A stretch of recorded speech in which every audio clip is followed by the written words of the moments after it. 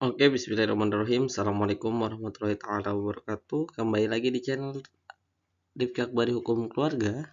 Kali ini kita akan ngebahas tentang soal-soal terkait TUN ya, Pengadilan Tata Usaha Negara. Kita langsung bahas saja ke soal nomor 81. Peradilan Tata Usaha Negara dibentuk dan diatur berdasarkan peraturan perundang-undangan berupa A. Undang-Undang Nomor 5 Tahun 1960 direvisi dengan Undang-Undang Nomor 5 Tahun 2004. B. Undang-Undang Nomor 5 Tahun 1986 direvisi dengan Undang-Undang Nomor 9 Tahun 2004. C. Undang-Undang Nomor 5 Tahun 1988 direvisi dengan Undang-Undang Nomor 9 Tahun 2004. D. Undang-Undang Nomor 15 Tahun 1986 direvisi dengan Undang-Undang Nomor 9 Tahun 2004. Silakan teman-teman jawab dulu. Kalau undang-undang ini harus dihafal ya, maksudnya harus sering-sering dihafal mati lah, apalagi yang Undang-Undang Peradilan Agama, Undang-Undang Peradilan Umum, Kekuasaan Kehakiman, Mahkamah Agung itu harus teman-teman harus hafal gitu ya. Sering-sering baca, sering-sering nggak cuma baca, mendalami gitu loh. Jadi otomatis ini kenapa? Yang penting tuh kayak nanya kenapa gitu. Ini TUN ini undang-undang berapa sih? 55 nomor 5 tahun berapa sih? Itu direvisi, kenapa direvisinya?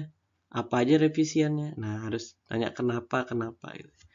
Ini jawabannya yang B ya. Undang-Undang Nomor 5 Tahun 1986 direvisi dengan Undang-Undang Nomor 9 Tahun 2004. Kalau nggak tahu sama sekali biasanya begini nih, ngelihat yang mana di sini yang paling banyak ya? Di Undang-Undang Nomor 9 ini 8 9999 ini pasti yang 9 ya. 9 tahun 2004. Boleh dilihat aja di sini mana yang banyak. Oh, Undang-Undang Nomor 5. Oh, pasti Undang-Undang Nomor 5 nih. Otomatis ini kan salah. Ini juga salah nih. Tinggal dua nih. Kulihat aja mana nih yang kembar. 1986, 1986. Oh, berarti jawabannya yang B. Karena pembuat soal itu pengen mengecoh kita gitu. Oke, selanjutnya ya. Oh nih pembahasannya. Undang-Undang Nomor 5 Tahun 1986 tentang Peradilan Tata Usaha Negara ditetapkan di Jakarta. Lembaran Negara Republik Indonesia tahun 1986 nomor 77 sebagaimana telah diubah dengan Nomor 9 tahun 2004 tentang perubahan atas Undang-Undang Nomor 5 tahun 1986 tentang Peradilan Tata Usaha Negara ditetapkan di Jakarta tanggal 29 Maret 2004. Lembaran Negara Republik Indonesia tahun 2004 nomor 35. Pertanyaan selanjutnya, pada hakikatnya petun berkedudukan di A. Di ibu kota kabupaten dan provinsi, B. Di ibu kota kabupaten dan kota, C. Di ibu kota provinsi dan pemerintahan, D. Semuanya benar. Silakan dijawab dulu. Oke. Kalau PT Tun ya, kalau PT Tun itu di ibu kota provinsi. Nah, jadi kan provinsi udah salah ya. Nah, kalau semuanya salah pastinya ya nggak salah kan. Berarti di ibu kota kabupaten dan kota. Jawabannya B. Kita lihat Pasal 6 ayat 1 Undang-Undang Nomor 5 Tahun 1986 Pengadilan Tata Usaha Negara berkedudukan di Kota Madia dan ibu kota kabupaten. Dan daerah hukumnya meliputi wilayah Kota Madia dan kabupaten. Next, soal selanjutnya. Soal nomor 83. Tenggang waktu bagi pencari keadilan untuk dapat mengajukan gugatan atas keputusan TUN di peradilan TUN. A. 40 hari setelah keputusan TUN diterima atau diketahui. B. 30 hari setelah keputusan TUN diterima atau diketahui.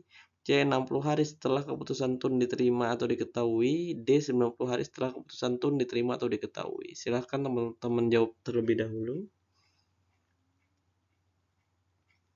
Yap, jawabannya yang D ya. 3 bulan ya. 3 bulan setelah diterima atau diketahui. 3 bulan atau 90 hari. 90 hari ya. Maka bisa diajukan ya gugatan tadi. Oke, ada di pasal 55 Undang Nomor 5 Tahun 1986. Gugatan dapat diajukan hanya dalam tenggang waktu 90 hari terhitung sejak saat diterimanya atau diumumkan pejabat tata usaha negara. Pertanyaan selanjutnya. Nomor 84. Apa yang dipersiapkan pada saat Anda melakukan gugatan di peradilan TUN? A. Gugatan sedapat mungkin disertai surat keputusan TUN yang disengketakan. Oke. B. Gugatan tidak dapat dikuasakan oleh seorang advokat. Oke. C. Gugatan tidak perlu ditandatangani. Oke. D. Semua pihak yang terlibat harus digugat sebagaimana gugatan melalui peradilan umum. Kalau gugatan tidak dapat dikuasakan. Enggak ya. Gugatan tidak perlu ditandatangani. Oke, antara dua nih. Gugatan sama semua pihak terlibat digugat. Enggak juga ya. Jadi jawabannya A, gugatan sedapat mungkin disertai surat keputusan tun yang disengketakan. Jadi biar jelas mana sih yang digugat. Ini nah surat keputusan ini. Oh, ya udah. Oke, 84 jawabannya yang A. Pertanyaan terakhir, nomor 85. Hukum acara peradilan tata usaha negara mengenal istilah berikut ini. Kecuali A, dismissal proses, B, perlawanan, C, verstek, D, putusan pendahuluan atau sela. Silakan teman-teman jawab terlebih dahulu. Oke, karena ini kecuali, jadi jawabannya yang verstek ya.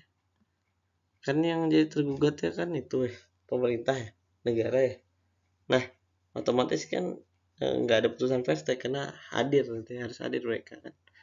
Jadi jawabannya yang jadi dismissal prosesnya apa bang? Kayak mempelajari berkas dari gugatannya terlebih dahulu itu dismissal proses. Oke, mungkin itu saja yang dapat saya sampaikan. Mohon maaf bila ada kesalahan. Wassalamualaikum warahmatullahi taala wabarakatuh.